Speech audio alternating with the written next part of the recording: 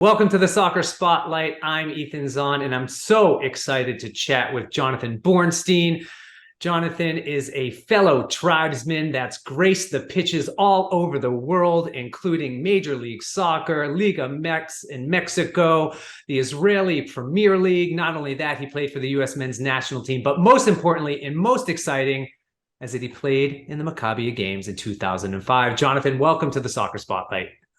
Hey, thank you for having me here on the Soccer Spotlight. I'm excited to first of all, talk soccer, talk life, and and get to know you a little bit more as well, Ethan. Thank you for having me. Well, speaking of getting to know you, I'd love for everyone to understand, what was it like growing up as a young Jewish soccer player in Los Alamitos, California?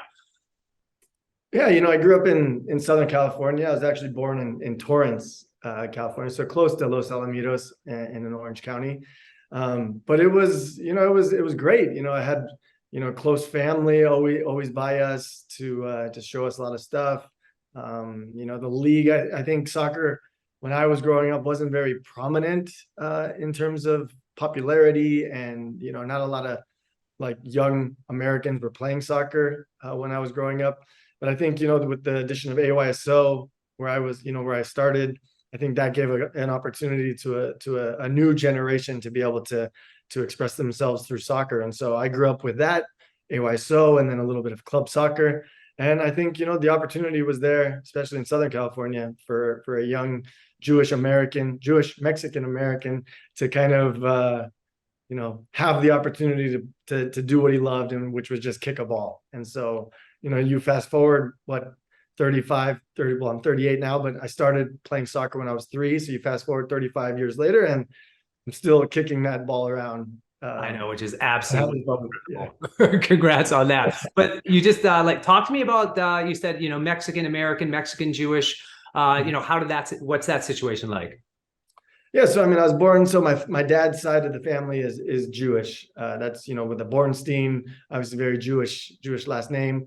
But my mom was born in Mexico. She was born in Ciudad Juarez, and her family came to the United States when she was a young girl.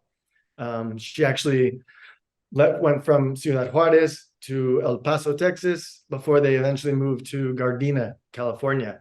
An interesting story is, my grandpa, he owned the Gardena supermarket back in the day. And my mom, she was probably 7 to 10 years old. And her family arrived in Gardena. And my dad was working as one of the bus boys, the guy who bags the groceries, or a bag boy, I guess you would call it. And I guess my mom actually met him way before they actually got together and in the Gardena market. And so that was kind of interesting that they met when they were younger, and then they rekindled everything when they were a little bit older. And so that was super interesting. Yeah. Was your dad a soccer player? So my dad was not a soccer player. He was he didn't play many sports at all, but when he had my older brother and then myself, he knew he wanted his kids to play sports. And so he read books on, a little bit of like a book on soccer, the basics of soccer, probably like a soccer for dummies kind of thing back in the day. And he started to coach us. He got us involved in not only soccer, but he let us play every sport. Yeah. I mean, I credit him to this idea that I think of as life is a game, because we grew up just playing all the time. I mean, we played, my dad would put us like 1v1 offense, defense, American football. So he would be the quarterback, and he would make a little route on his hand to the guy who was playing offense, and the guy who was playing defense had to kind of make like predictive defense on, where is the route going to go? And we would literally play in the street from light pole to light pole. You had 4 downs to get from one pole to the other to score a touchdown. And then, all the rules were applying. Like you intercept the ball, you run, you 2-hand touch the guy. Right? So it was literally just like offense, defense for hours and hours. We'd play basketball in our front yard. We would juggle soccer balls. We would do everything at home. Everything was a game. We lots of cards games. And so, very, very cool to have him teach us that. But for soccer specific, my dad was my first coach, and he was the one who kind of instilled the passion and what it took to work hard in the sport and in life. And so, I owe him a lot. Unfortunately, my dad did pass away about 8 years ago from cancer, esophageal cancer. So, miss him a lot, think about him every day, and definitely owe my entire life, my entire career to him. Oh, I'm sorry to hear that. I lost my dad when I was 14 years old from colon cancer as well. So So sorry to hear that as well. tough to go through. But my dad wasn't a soccer player. He wasn't the greatest athlete in the world. He was a runner. And then, of course, I end up as a goalkeeper, which you don't have to run at all. So I don't know there's no DNA transfer there from my dad to me. But, you did have a really incredible youth career. You ended up winning the 2002 under-17 national championships. What was that experience like? I think you even won the Golden Boot that year. Yeah. So if you look at my professional career, I've been, majority a defensive player. But in my youth career, I played all forward, all attacking, center midfield, striker, and a little bit of winger. So, no, that 2002 experience was great. I think if you go back a little bit further, my entire youth career, I always played on like mediocre teams. I wouldn't call them mediocre in the moment when I was there because I loved what I was doing. I was learning so much. But, in the United States, there was premier, gold, silver, and bronze. And so I started my club career in bronze and then moved up to a silver team and then kind of got stuck there, because our local team just, we couldn't advance to gold. We couldn't get up. And so I knew there were better teams out there. I just, because of our financial situation and because of my personal situation, until I got my driver's license, I really wasn't able to kind of leave my local town. Wow. And so in 2000, I believe I got my license. I was 16 years old and I tried out for the best team Nice. in Southern California, which was the Irvine Strikers, for my age group. And so I took that chance. I got onto the team. I made it. And then from then on, it was like, okay, now the training was better. The talent was better. Everything kind of rose to a new level. And so I really feel like I did a good job of adapting and, becoming a better player because of what was going on around me and just embracing all of the challenges, all of the failure, all the successes and everything. And so 2002, yes, we had a really, really good team. We won state cup, we won regionals, and then we made it to the national championships in Bethesda, Maryland. And it was great because my grandparents were there, and my grandparents are Orthodox Jewish. Oh, wow. They follow the Sabbath, and they're very, strict on not using electricity on the Sabbath and not traveling using cars, all that stuff, right? So to have them there in Maryland for that instance was amazing because they were kind of breaking the Sabbath for go to games and go to see us and everything. And so so just they were doing a mitzvah, so I think it's okay. Yeah, they were on a mitzvah, right? Yeah. And so it's a super blessing, super blessed. Totally, we were forgiven. Great, amazing tournament. One of my fellow Jewish brethren and fellow teammates on the national team, Benny Fehlhaber, was part of that team as well. Also part of the Maccabee team that went in 2005 or 2005, 4. And so but yeah, amazing experiences within that tournament. We ended up winning the national championship, and I ended up scoring the most goals in the tournament, which was, super special for accolades and everything. But more than anything, I just enjoyed, traveling from Los Alamitos to Irvine, and then as a team to Maryland. Those are experiences as a young kid you don't really get to have, or at least I didn't get to have because we couldn't travel much as a family. And, soccer was that gateway to be able to experience life, experience the United States, and then also just grow as a soccer player and as a person. So it was amazing. Yeah, it sounds like an amazing experience for you, which, led to a pretty successful college career. You played at Cal Poly, Pomona, did incredibly well, but you decided to transfer to UCLA. What inspired you to make that change? Yeah, so along with that whole playing silver for so long, not being able to kind of find my niche and everything, I like to think of it as that underdog story, right? Because I was truly an underdog. I had friends who were playing on the best club teams when they were 12 years old, 13, 14, 15, and then I was never able to do that. But same thing went when I finally got onto this great club team. A lot of our teammates were going to Division I schools, top programs.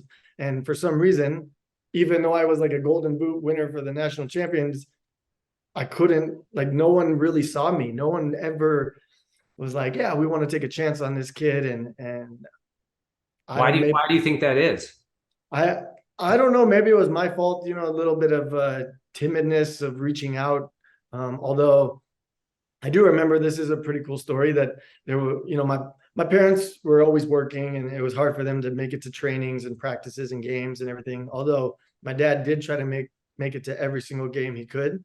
He'd even show up in his work clothes, which was, I'd always look over and he's in his work clothes, and I'm like, oh yeah, he made that effort to come out, and so but like our club team hosted a college night where the parents could go and they learn all the information about contacting college coaches to get your kid into whatever college they wanted to, the grades, just everything that was involved with that. And my parents couldn't go, and so I kind of just snuck over to the auditorium where they were at, and I looked inside, and I saw all these parents in there. I got a little overwhelmed and nervous. I'm like a 15-year-old, 16-year-old kid at that point. And so I just asked the woman who was kind of taking registration at the front. I'm like, do you guys have like a booklet or something that I could just take home? And she's like, yeah, here you go. She handed me like a college book with all the coaches' emails, phone numbers, and things like that. And so I went home that day and I wrote all of the Southern California college coaches' emails. Yeah. And only 2 of them responded to me. Wow. Out of all of them, if imagine you're a college coach and you're like, oh, who is this kid writing me an email back in 2002, 2001? Email was brand new and everything, right? So then one coach, Brian Dunseth, no, Brian, yeah. Sorry, Brian, his last name's slipping me, but he was the assistant coach at Cal Poly Pomona. He responded to me and told me that Paul Caligiuri, a famous U.S. soccer player, was going to be taking on the head coaching job at Cal Poly Pomona. I knew the name. I knew his career. I knew he went to UCLA because my grandpa would take us to UCLA games as young children. And I knew he represented the United States and, was a big time soccer player. Also played at the Galaxy, right? Yeah. So just because of his name, I knew to school. I'm like, all my teammates are going to these big D1 programs, but I was like, you know what? Something about Paul I've always liked. I'm going to go check it out. Smart. So they invited me, the only coach, who invited me on a kind of like college trip. I went with my dad. We both went. We toured the campus. We spoke with Paul. And when Paul sat me in his office on our one-on-one, he asked me, he's like, what do you want to do with soccer? And at that moment, I really didn't even have an idea. I knew in my heart, I wanted soccer to be able to get me an education. That was like my number one priority. But for some reason, when Paul asked me that, I said, I want to play professional soccer. Nice. I didn't even want to play professional soccer. It wasn't even like part of my dream. It never crossed my mind before. It wasn't something I had planned. But when I told him that, like something like a spark was lit in him and in myself. And he told me in that very moment, he said, well, if you want to play professional soccer, then you have to go to UCLA. Wow. That was what he said. And he's like, you know what? If you do well here, first year, second year, I'll get you to UCLA. Wow. When you were at UCLA and even at Cal Poly, were you involved with like Jewish life on campus? Do you have any Jewish teammates? I know Phil Harbour was your teammate at UCLA. You were actually roommates with them, right? Yeah. So, to answer your first question. A good year for Jews at UCLA. Let's put it that way. Oh yeah, definitely. No, I think we, I wasn't too involved in any Jewish, events or anything going on campus or anything. At that point in my life, religion wasn't a big influencer. It kind of hasn't been my entire life. My grandparents were the ones who really kind of taught me about the Jewish culture, and them being Orthodox. We celebrated Passover and we celebrated a little bit of Yom Kippur, but mainly, although Hanukkah. But we were kind of a mixed family with my Mexican and Jewish heritage. So we celebrated Christmas and Hanukkah and everything, but we were at the same time not too involved in anything. But and then Benny was the only real Jewish teammate that I had at UCLA, I believe. Probably had a few other ones that none of us were very religious, other than some of the Christian players who did Athletes in Action as a group. But I think us Jewish players didn't really have anywhere to go to kind of connect, which was a little bit of a disappointing kind of thing. Let's talk about the World Cup, because that's my bad. I flopped on that one. That's okay. How was it? I mean, it is what you think it is. It is that dream come true. It's what every player wants to participate in, as from the moment they probably start realizing that the World Cup is a thing. I don't want to say, because for me that didn't even exist with the non-popularity of soccer in the States and all lack of coverage, and I didn't even know certain tournaments existed in the world. People probably had been celebrating them for years and years and years. But so yeah, no, the World Cup, I think the best moment and the greatest way to explain it is, when you're standing on the field before the game starts and the national anthem starts to play. That moment represents everything, because you have your anthem playing. You're out there as one of 11 guys who are going to have the chance to kind of show what our country, in soccer at least, represents, and what we're out there to show. So amazing experience overall. The memories, not only on the field but off the field, the way we were able to come together as a group and overcome adversity, because no one really expects anything from the United States going into the World Cup, and to be able to win the group was a great accomplishment. And then to go to double overtime against Ghana, who also was an amazing team. It was a heartbreaking loss, but again, great memories, great story about our team, and yeah, it's good. Good to be there. I mean, on a personal level, I have a lot of memories of that time as well. I do a lot of work in soccer for social good. I have a charity, Grassroots Soccer, but our biggest program is in South Africa. And so I went over there in 2010, obviously to cheer on the USA, but to do some work with Grassroots Soccer. And I just remember just getting all geared up for your games, and I was at them. It was just absolutely incredible. So congrats on that whole experience as well.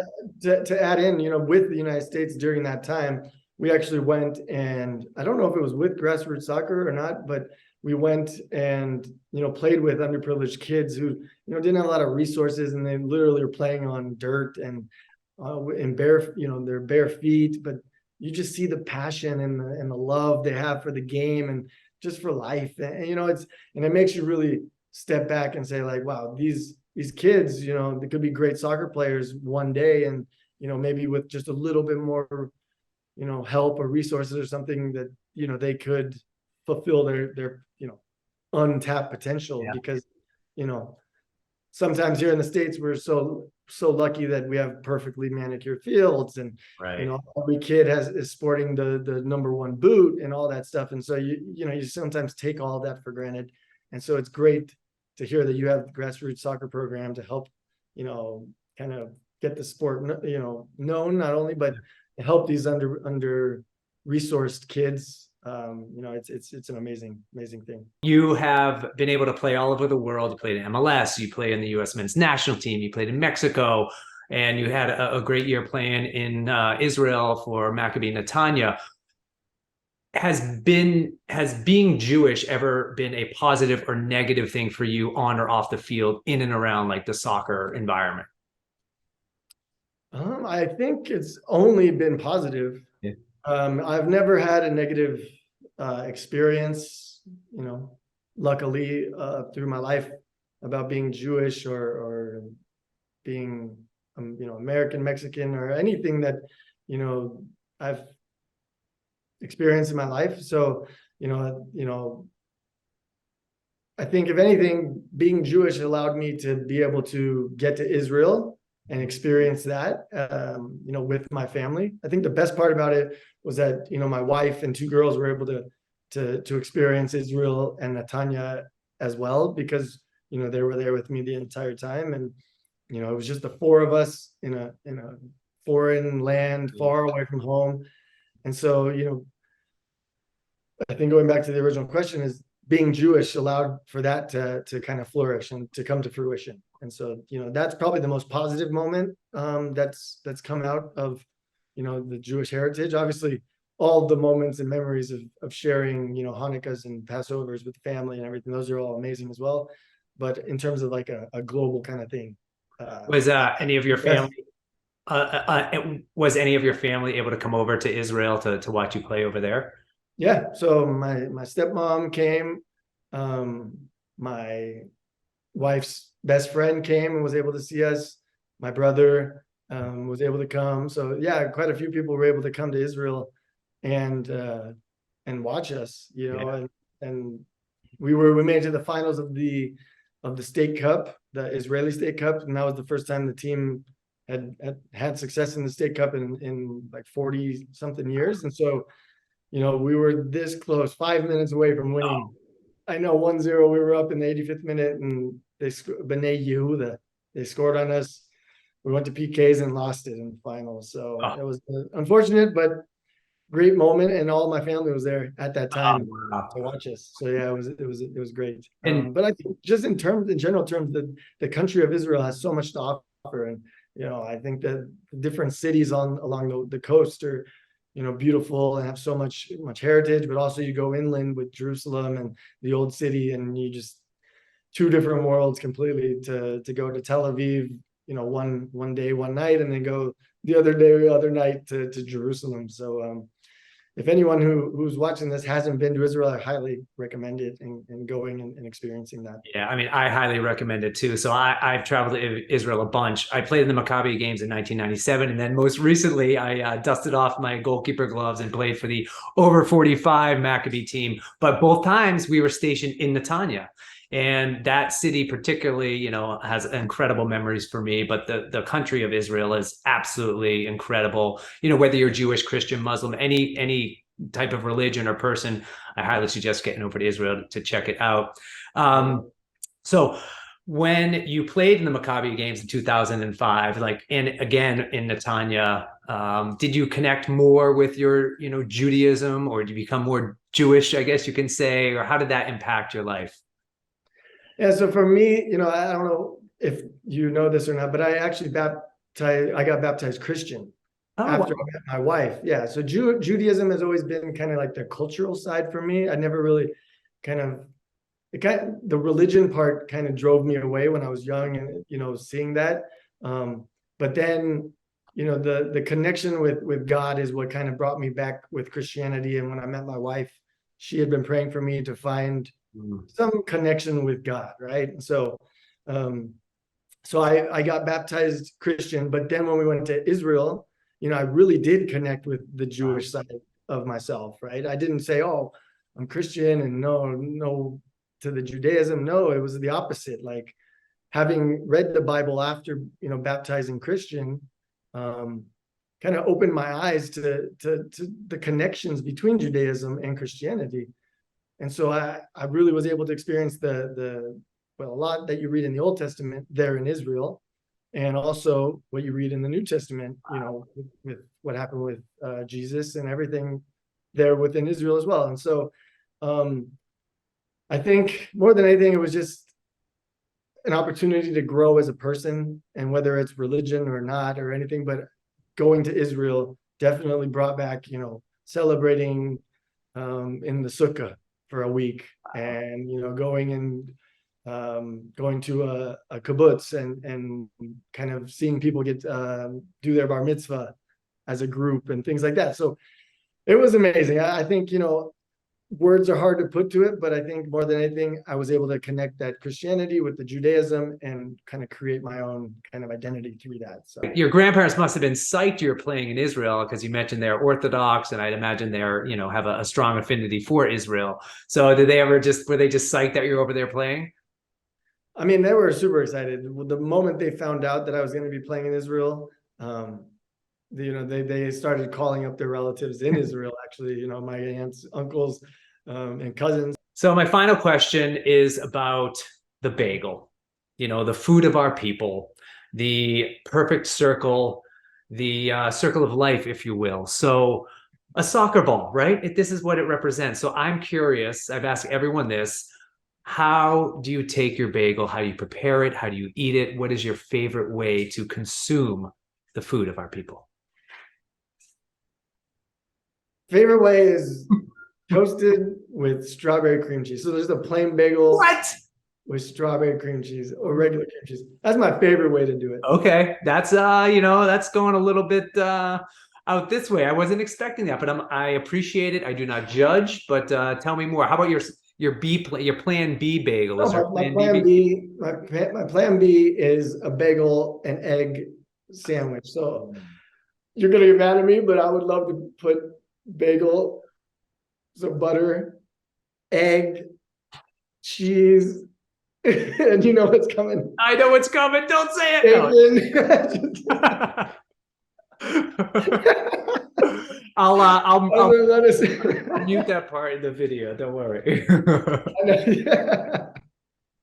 Yeah, that's Listen, my Jewish bagel. Right? Like it's not I'm sorry, but yeah. My grandparents would be very mad at me too. No, that's plan B. So yeah, but I used to have a great connection at a bagel place in Los Alamitos.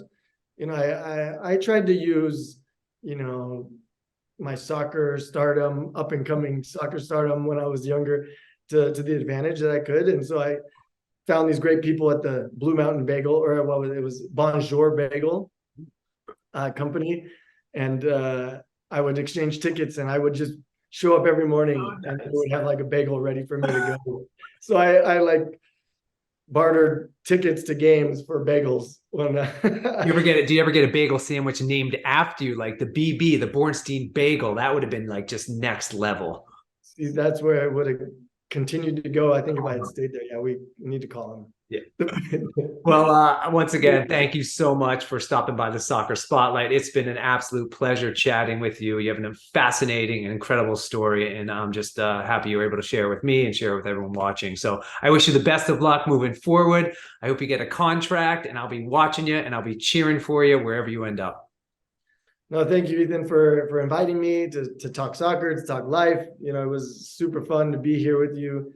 We could have literally talked for another hour. So, no, thank you again. And one day I'm gonna have to hear your story as well, because I know, like-minded folks, the like-minded folks we are. Your story also excites me and intrigues me. So I would love to learn about that. But thank you so much for having me. I appreciate it. We'll be in touch.